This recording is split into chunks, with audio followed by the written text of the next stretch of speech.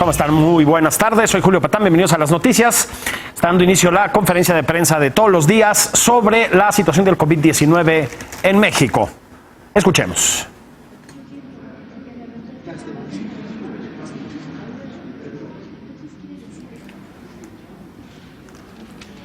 Bueno, estamos esperando. En cualquier momento empezará ya, suelen ser puntuales. Les decíamos la conferencia de prensa sobre la situación del COVID-19 en nuestro país, bueno, y en el mundo, porque saben que se da información de todos estos territorios. Estamos viendo ya cómo se acercan los participantes a la mesa. Conferencia diaria de la situación del COVID-19 a las 7 de la tarde. 19 horas con un minuto del jueves 23 de abril. Y estamos en el Palacio Nacional de México.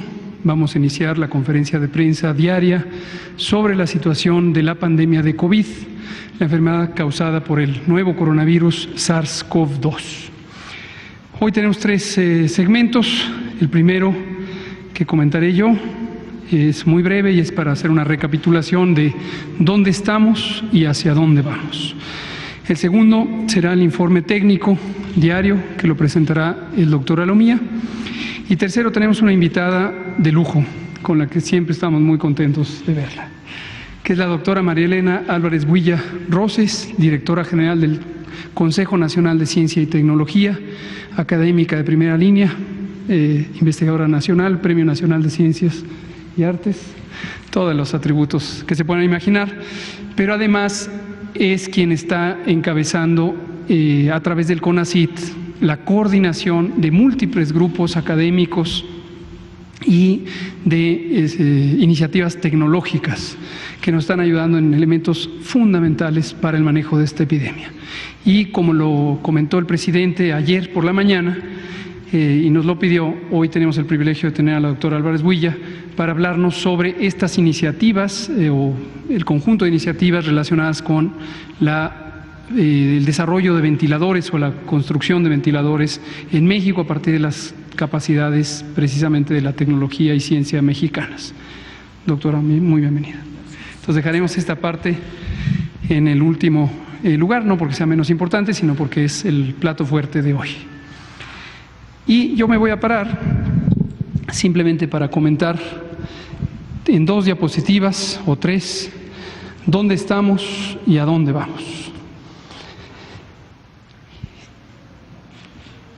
Tenemos un calendario y llevamos ya algunos días, semanas en condiciones diferentes a las que estamos acostumbrados a vivir, y es importante, consideramos que es importante tener una referencia de en qué vamos, qué hemos logrado, qué falta por lograr y cómo lo vamos a seguir trabajando.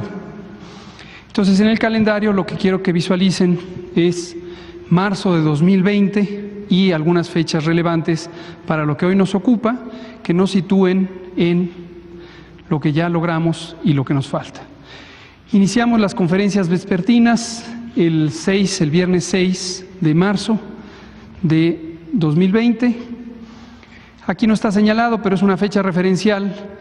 El viernes 13 de marzo hicimos un comentario especial en la conferencia sobre el cambio en el patrón de ocurrencia de casos con un incremento acelerado que anunciaba ya el punto de inflexión de la curva epidémica, es decir, el momento en el que se cambia de una propagación lenta hacia una propagación más rápida. Al día siguiente, 14 de marzo, participamos en la sesión del Consejo Nacional Educativo, presidida por el secretario Esteban Moctezuma Barragán, y se decidieron medidas especiales desde la estrategia de salud que aplican específicamente para el sistema educativo nacional. Y ahí se decidió, por parte de la Autoridad Educativa Nacional, que era factible tener una suspensión temporal del calendario escolar, y esto de manera inmediata nos permitiría tener una reducción de 40 millones de personas, un poco más de 40 millones de personas que saldrían del espacio público para contribuir al distanciamiento social, a la sana distancia. Por cierto que hoy que digo un poco más de 40, hago una aclaración porque en otras ocasiones de manera imprecisa me he referido a 15 millones, pero conversando con el subsecretario Luciano Concheiro, nos dio evidencia de que son más de 40 millones de personas, porque esto incluye no solamente a los educandos y a las y los mentores, sino también a las distintas personas que participan en las economías relacionadas con la escuela. Entonces, 40 millones. Posteriormente, ahí se decidió que el inicio de la Jornada Nacional de Sana Distancia ocurriría el 23, y aquí está precisamente su sana distancia para recordarnos que el 23 de marzo iniciaron las actividades de la Jornada Nacional de Sana Distancia, la suspensión temporal de las escuelas en todos los niveles educativos, todo el país, todos los sectores público, social y privado, la suspensión temporal de actividades laborales no esenciales, también en todo el país, en todos los sectores público, social y privado, así como la restricción de movilidad o de congregación en el espacio público. Y arrancó la jornada. Posteriormente, el martes 31, presentamos en el pulso epidemiológico precisamente la formalización del inicio de la fase 2 y con ello recordamos que nos habíamos adelantado a las medidas 15 días si consideramos desde la decisión y un poco más de una semana desde su entrada en vigor. Y además se reforzaron estas medidas haciéndolas formales en términos de un acuerdo de la Secretaría de Salud, del Secretario de Salud, que fue sancionado por el Consejo de Salubridad General y a su vez por el Presidente de la República como autoridad sanitaria superior. La siguiente, por favor. Ahora tenemos abril y en la primera emisión de la Jornada Nacional de Sana Distancia se estipuló que concluiría el domingo 19 de abril. Pero esta medida fue revisada y se amplió al 30 de abril, precisamente cuando se anunció en ese martes 31 que se extenderían las medidas. Por lo tanto, hemos continuado, hoy es jueves 23 de abril y estamos en este punto.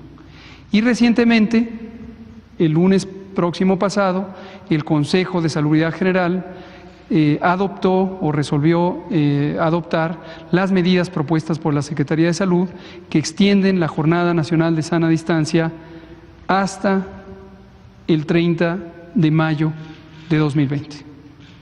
Ahí estamos. Es decir, gruesamente nos faltan todavía 6 semanas, pero ya hemos completado casi 6 semanas.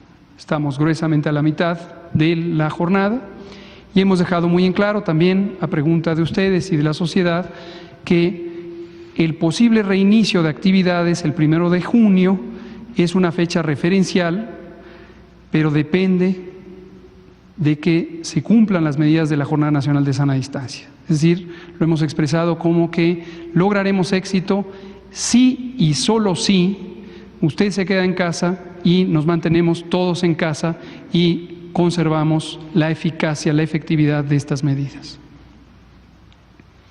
Este es el calendario. Creo que en la siguiente ya empieza el informe. Si me pasan la siguiente, ya empieza el informe. Regrésele tantito. La otra cosa que quiero decirles es simplemente un punto de referencia también en el calendario, pero es de la historia. Un día como hoy, que también fue jueves, 23 de marzo, pero de hace 11 años, en México empezó la pandemia de influenza H1N1. Y en ese momento fue muy importante, y por eso lo traigo a colación, porque se activaron los distintos mecanismos que se contemplan en la legislación mexicana, desde la Constitución, la Ley General de Salud y distintos reglamentos, para convocar de manera urgente a decisiones de Estado con respecto a el control de esta epidemia. Y esto, pues la historia es por todas y todos conocido, pero nos dio un punto de referencia muy importante para la historia de la epidemiología en México y la respuesta a las epidemias. Entonces, hoy, 23 de abril, hace 11 años, empezó la pandemia de influenza y hoy estamos a un buen tramo, pero nos falta todavía otro buen tramo de la epidemia de COVID 11 años después. Le pido al doctor Alomía si nos presenta el informe técnico, por favor. Con su permiso, señor subsecretario. Muy buenas noches con todas y todos. Vamos a iniciar con la actualización del panorama. Como podemos ver, la cantidad y por lo tanto la proporción también de casos confirmados en los últimos 14 días, es decir, que iniciaron síntomas en los últimos 14 días a nivel mundial, continúa disminuyendo, 44% es esa proporción para el día de hoy, lo que habla de cómo la pandemia, por lo menos en las últimas semanas, ha venido ya disminuyendo a consecuencia también de la caída de casos que ha habido en Europa. Sin embargo, podemos ver que más allá que la región de las Américas superó en un momento determinado al continente europeo, pues realmente la diferencia todavía no ha sido muy marcada, es decir, no ha habido una separación muy grande. Esto uno, porque a lo mejor Europa no ha tenido una reducción exponencial en los últimos días y a la vez la región de América tampoco ha tenido un crecimiento exponencial en los últimos 14 días. Por lo tanto, vemos como las dos barras, ya tenemos como unos 4 o 5 días en que las dos barras están casi a la par en estos últimos 14 días. 6.9% la media global de la tasa de letalidad. La siguiente diapositiva, estamos integrando diferentes números, tienen que ver con casos acumulados y también los casos activos, o sea, esos casos que han iniciado con signos y síntomas en los últimos 14 días. Los confirmados acumulados, hoy día tenemos la actualización a 11.633, pero de estos 11.633, prácticamente solo la tercera parte son activos, es decir, con inicio de síntomas en los últimos 14 días, que son estos 4.127. Así también se encuentran aún en estudio 7.588. Si vamos viendo las cifras de día con día, vemos también cómo esta cantidad ha estado disminuyendo de casi 12.100 casos que teníamos hace 5 días, ahora son 7.588 en estudio. 39.664 las personas que han dado negativa a su prueba de SARS-CoV-2.